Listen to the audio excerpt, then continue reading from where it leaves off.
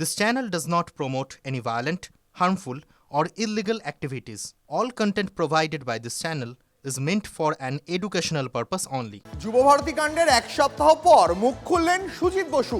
সরকার তদন্ত কমিটি করেছে, তদন্ত রিপোর্ট দিক, এখন তা নিয়ে কিছু বলবো না মন্তব্য দমকল মন্ত্রীর। একই সঙ্গে সুজিতের আরও দাবি, নিজের মূর্তির প্রশংসা করেছেন মেসি। এই ব্যাপারে আমি এক্ষুনি বলবো না, কারণ সরকার একটা এনকোয়ারি কমিটি করেছে।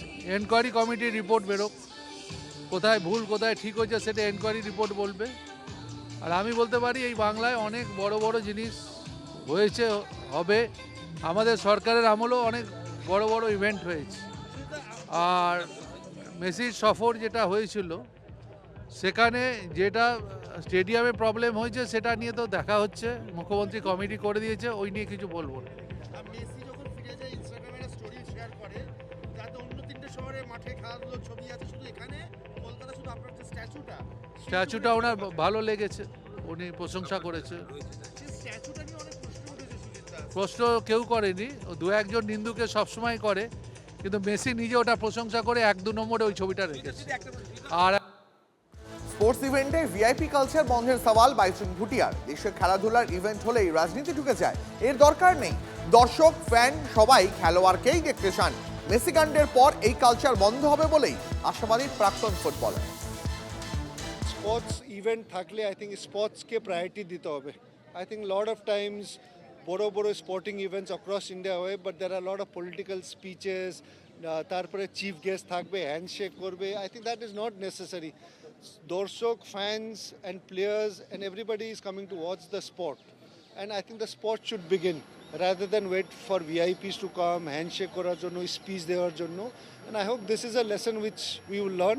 And it was good to see not just Kolkata but across different cities. Fans wanted to just see the sporting event, just wanted to see Messi and nothing else. So I hope this trend, I hope we will change. যুবভারতীতে বিশৃঙ্খলা নিয়ে মুখ খুললেন শোভনদেব চট্টোপাধ্যায়। অনুষ্ঠানের ব্যবস্থাপনা নিয়ে বিরক্তি প্রকাশ করলেন মন্ত্রী। মেসিকে উঁচু জায়গায় রেখে দর্শকদের দেখার ব্যবস্থা করলে এই ঘটনা ঘটতো না। মেসিকে জিপে করে গোটা মাঠ ঘোরানোর কথাও বলেন মন্ত্রী। সিদ্ধান্তের ভুল, পরিকল্পনার অভাবকেই দায়ী করলেন শোভনদেব চট্টোপাধ্যায়। যে হোটেলে উঠেছিল সে হোটেলের ডাইরেক্টর আবার আমার ছেলে হায়াতে, তার কাছে শুনছিলাম যে মেসি এয়ারপোর্টে নামার পর থেকে তার আশপাশটা সম্পূর্ণ ঘিরে রেখেছিলেন সবসময় সিআইএসএফ, 6 ফুট হাইট। মেসি আমার থেকেও হাইট কম।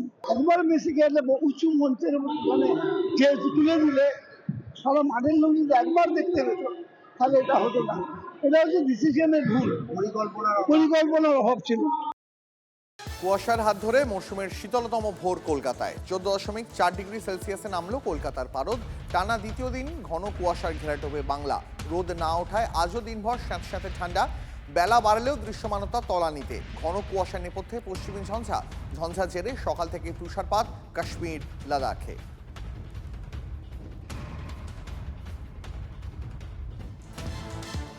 কার্গিলে ব্যাপক তুষারপাত, 2 থেকে 3 ইঞ্চি পুরো বরফের চাদরে ঢেকেছে কার্গিল। ঝঞ্ঝা জেরে সকাল থেকেই তুষারপাত কাশ্মীর, লাদাখে। সেই ছবি দেখাচ্ছে এই মুহূর্তে আপনাদের। কার্গিলে ব্যাপক তুষারপাত, 2 থেকে 3 ইঞ্চি পুরো বরফের চাদরে ঢেকেছে গোটা কার্গিল। ঝঞ্ঝা জেরে সকাল থেকেই তুষারপাত কাশ্মীর, লাদাখে।